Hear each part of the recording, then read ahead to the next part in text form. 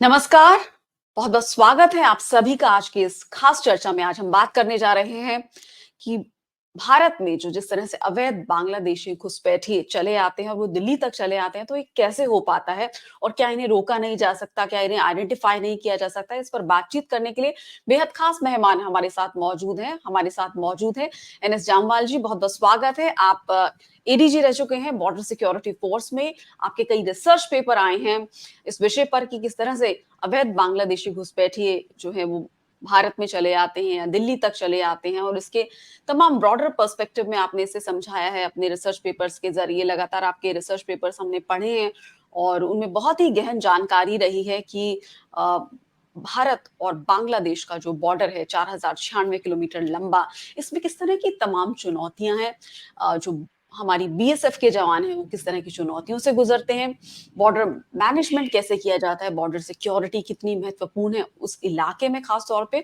और टेरेन कैसा है, टोपोग्राफी कैसी है, कितना मुश्किल हो जाता है जो कि आइडेंटिफाई करना अवैध घुसपैठियों को, उनको कहाँ से मदद मिलती है, कैसे उनका आना इतना आसान हो जाता है कि वो दिल्ली तक पहुंच जाते हैं। दिल्ली में बड़ी संख्या में, लाखों की संख्या में कैसे अवैध बांग्लादेशी पहुंच सकते हैं और पहुंच जाते हैं। इन तमाम पहलुओं पर आज के इस कार्यक्रम में हम चर्चा करेंगे। एनएस जामवाल जी, आपका बहुत बहुत स्वागत है इस चर्चा में। थैंक यू वेरी मच पूर्णिमा जी, आपका बहुत बहुत शुक्रिया, धन्यवाद। आपने हमें मौका दिया हमारे अपने विचार जो हैं वो शेयर करने के लिए, और मुझे उम्मीद है कि हम जो हमारा एक्सपीरियंस रहा है इंडो बांग्लादेश बॉर्डर से लेके उसके ऊपर हम लोगों के साथ में इसको शेयर कर पाएंगे और बता पाएंगे कि एक्चुअल प्रॉब्लम जो फील्ड में होती है बीएसएफ के ट्रूप्स को, बीएसएफ के ऑफिसर्स को, इन सब चुनौतियों को डील करने के लिए उसमें हम कैसे ऑपरेट करते हैं। तो सबसे पहले तो मैं ये कहना जी। चाहूँगा कि इंडिया बांग्लादेश का जो बॉर्डर है ये हम्म। हमारे देखने वालों के लिए बहुत जरूरी है उसको थोड़ा सा समझना। हम्म। ये बॉर्डर जो है, हम लोगों की एक धारणा रहती है बॉर्डर को लेके कि शायद बॉर्डर के ऊपर पब्लिक कम है, रोड नेटवर्क्स कम हैं, बेसिक फैसिलिटीज अवेलेबल नहीं हैं। जहां तक इंडिया बांग्लादेश बॉर्डर का सवाल है, ये 4996 किलोमीटर लंबा बॉर्डर है जी। और भारत की 5 स्टेट्स इसको टच करती हैं। इन 5 स्टेट्स में 3500 किलोमीटर के करीब का जो बॉर्डर है वो आप ये कह लीजिए कि एक किस्म से very very dense populated border है। त्रिपुरा का बॉर्डर और मिजोरम के बॉर्डर को छोड़ के बाकी जितना बॉर्डर है इसमें बड़ी डेंस पॉपुलेशन है।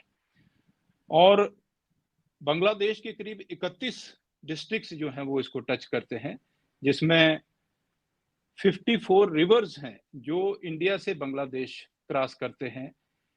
इस 4096 किलोमीटर में 1100 किलोमीटर का बॉर्डर है रिवराइन बॉर्डर। जी। रिवराइन का मतलब है कि या तो रिवर जो है वो बाउंड्री है, या रिवर जो है वो एक मेजर पार्ट बनता है बॉर्डर का। हम्म। और दूसरा जो कॉम्प्लिकेटेड फैक्टर है वो टेरेन को जी। लेके है। डिफरेंट टाइप का जो टेरेन आप इमेजिन कर सकते हैं, प्लेन है, हम्म। जंगल्स हैं, रिवराइन है, हिली है, ये सारे के सारे हैं वो डेंस जंगल्स। और इस प्रकार का बॉर्डर के बीच में से, इस प्रकार के टेरेन में से जब बॉर्डर क्रॉस करता है तो अलग अलग जगहों के अलग अलग परेशानियां जो है वो हो जाती हैं। तो बॉर्डर गार्ड करना एक अपने आप में बहुत बड़ी चुनौती है। और जब से भारत और बांग्लादेश बने हैं, रादर पहले ईस्ट पाकिस्तान हुआ करता था, बाद में बांग्लादेश बना है, over a period of time काफी चेंजेस इसमें हुए हैं। लेकिन जिस प्रकार की प्रॉब्लम्स हैं वो रादर कुछ और भी स्ट्रांग होती जा रही हैं। डेमोग्राफिक चेंजेस हो रहे हैं, डेंसिटी ऑफ पॉपुलेशन जो है वो बढ़ता जा रहा है, एथनिसिटी, सिमिलर एथनिसिटी है बॉर्डर के ऊपर, लैंग्वेज जो है वो एक जैसी बोलते हैं, और इस बॉर्डर की अपनी एक हिस्ट्री रही है। तो जी। सबसे बड़ा डिफिकल्ट पार्ट जो है वो बहुत ये है कि नॉर्मल बॉर्डर लोग समझते हैं कि एक सीधी लाइन होगी और उसमें एक हम्म। साइड में इंडिया होगा, एक साइड में पाकिस्तान जी। बांग्लादेश होगा। जी। लेकिन बांग्लादेश बॉर्डर का एक बड़ी खूबी कह लीजिए या एक बड़ा ड्रॉबैक कह लीजिए कि ये एक बहुत जिगजैग फैशन से बॉर्डर मूव करता है। मतलब आपको पता ही नहीं चलता है कि बॉर्डर कहाँ पर है। अगर आप फेंसिंग को छोड़ दें और उसकी अलाइनमेंट को अगर आप भूल जाएं, अगर आप ऐसे एरिया में चले जाएंगे तो आपको पता ही नहीं चलेगा कि बॉर्डर समाप्त कहाँ हुआ और बांग्लादेश का बॉर्डर कहाँ पर शुरू हुआ। जी। तो ये सारी समस्याएं जो है ये बीएसएफ के फेस करनी पड़ती हैं, लेकिन इसके बावजूद भी काफी मेहनत और उसके साथ में लोग काम कर रहे हैं और उसमें डे टू डे इम्प्रूवमेंट हो रहा है। जी। दूसरा इंपॉर्टेंट पॉइंट जो मैं बताना चाहूंगा कि नॉर्मली हम लोग समझते हैं कि बॉर्डर मैनेजमेंट और बॉर्डर सिक्योरिटी एक ही चीज है। हम्म।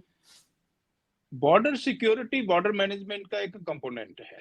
बॉर्डर मैनेजमेंट अपने आप में एक बहुत बड़ी वाइड टर्म है। इसमें आप ये समझ लीजिए कि जितनी भी मिनिस्ट्रीज हैं वो किसी ना किसी तरीके से इन्वॉल्व है। जैसे एमएचए तो खैर है ही है, जी। एमईए इन्वॉल्व है, मिनिस्ट्री ऑफ डिफेंस इन्वॉल्व है, एयरफोर्स इसमें इन्वॉल्व है, फिर मिनिस्ट्री ऑफ ट्रांसपोर्ट इसमें इन्वॉल्व है। तो कहने का ये मतलब है कि जितनी भी एजेंसीज हैं, जो भी बॉर्डर रिलेटेड वर्क्स हैं, वो सारे के सारे एजेंसीज उसमें इन्वॉल्व हैं। और जब ये सारी एजेंसीज काम करती हैं तब जाके बनता है कि अब बॉर्डर मैनेजमेंट जो है वो सही तरीके से हो रहा है। बट इसमें बॉर्डर सिक्योरिटी जो है ये बहुत इंपॉर्टेंट कंपोनेंट है, क्योंकि अगर बॉर्डर सिक्योर नहीं है और बॉर्डर्स जी। के ऊपर डिस्टर्बेंसेस चल रही हैं तो ये बाकी वाले जितने बॉर्डर मैनेजमेंट की एजेंसीज हैं ये शायद सही तरीके से काम ना कर पाए। हम्म। और एक चीज है कि हमारा जो प्रॉब्लम्स को लेके परसेप्शन है वो भी अलग अलग है। मतलब इंडिया किसी प्रॉब्लम को अपने तरीके से प्रॉब्लम को देखता है। जैसे अब इलीगल इमिग्रेशन है, ये इंडिया हम्म। के लिए प्रॉब्लम है, बांग्लादेश के लिए प्रॉब्लम नहीं है। कैटल स्मगलिंग जो है ये इंडिया के लिए प्रॉब्लम है, बांग्लादेश के लिए प्रॉब्लम नहीं है।